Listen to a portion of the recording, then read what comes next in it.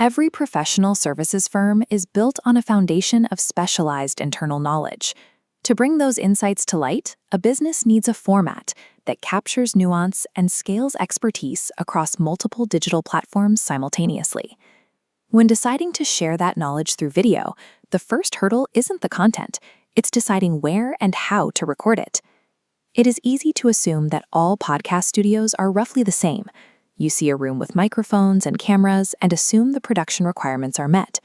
This assumption often leads leadership to judge a studio by its interior design. They look for the right furniture or dramatic lighting, assuming that a professional look is the primary driver of credibility. However, evaluating a studio solely on an hourly rental rate overlooks the actual cost of production. A seemingly cheap booking often results in a significantly higher drain on internal resources later in the process. This path often creates stranded assets.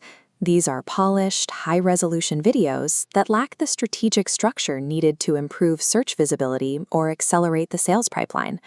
The result is marketing activity that looks impressive, but fails to produce the specific assets that drive B2B lead generation. Firms face two distinct paths: lifestyle entertainment or a strategic content engine. The entertainment model outputs a single video. Without long-term utility, its impact quickly fades. The authority model creates compounding value. Each recording feeds a continuous loop, connecting your website, CRM, and search presence. Choosing the right studio depends on understanding which of these two models actually aligns with your firm's growth goals. If a firm requires high-stakes authority, but records in an environment designed for casual entertainment, the resulting mismatch often leads to wasted executive time and content that fails to resonate with a professional audience. Consider the workflow of a standard facility rental. The studio provides the gear, but your team is responsible for the direction. This forces your internal marketing staff to manage pre-production, topic research, and host briefing on their own, often without a proven, repeatable process. Without strategic producer support on site, recording sessions frequently stall due to technical troubleshooting or a lack of clear messaging direction. A recording session that should have taken 2 hours can easily stretch into 5, creating a significant drain on executive schedules. This friction leads to show fade-out. When the effort to produce an episode exceeds the perceived value, leadership enthusiasm drops and the podcast is eventually abandoned. In a strategic partner model, that friction is removed. Because the process is managed by experts, content output can climb steadily with minimal demand on executive attention.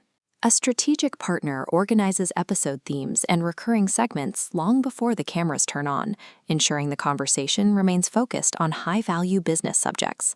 In professional services, the billable time of a partner is often the firm's most valuable asset. The right studio choice is the one that protects that time.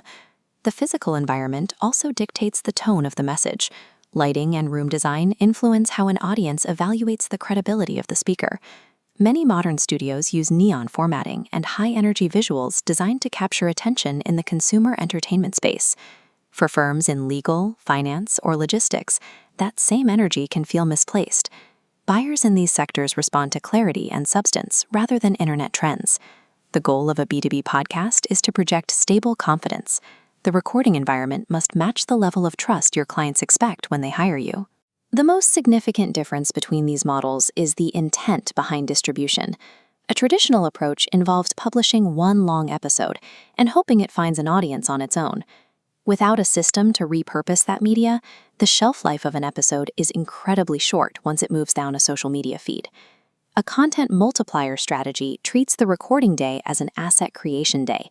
One discussion can support SEO-focused articles, sales follow-up assets, and targeted social clips. This makes your expertise discoverable. By creating search-focused media around the specific questions buyers are already asking, the podcast builds authority that works 24/7. These same assets assist the sales team. Sending a specific educational clip to a prospect helps answer their objections and accelerates their decision-making process. Executing this requires backward planning. You have to identify the sales and search goals before you hit the record button. Production value is the price of entry, but the real return is found in how effectively that media builds search authority and helps pre-qualify prospects.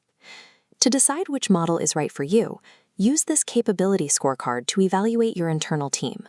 A simple facility rental is a strong choice for companies with an established production system and simply need a professional space for their team to use. This model requires internal editors, a clear show concept, a proven distribution plan already in place to succeed. Firms with high-level expertise but limited internal marketing bandwidth often benefit from a strategic partner that manages the technical output. The objective is to turn internal knowledge into public authority without reinventing the marketing wheel every time you want to record.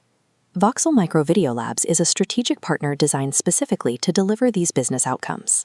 If your business is ready to build a repeatable content engine, book your next strategic session at voxelmicrovideolabs.com.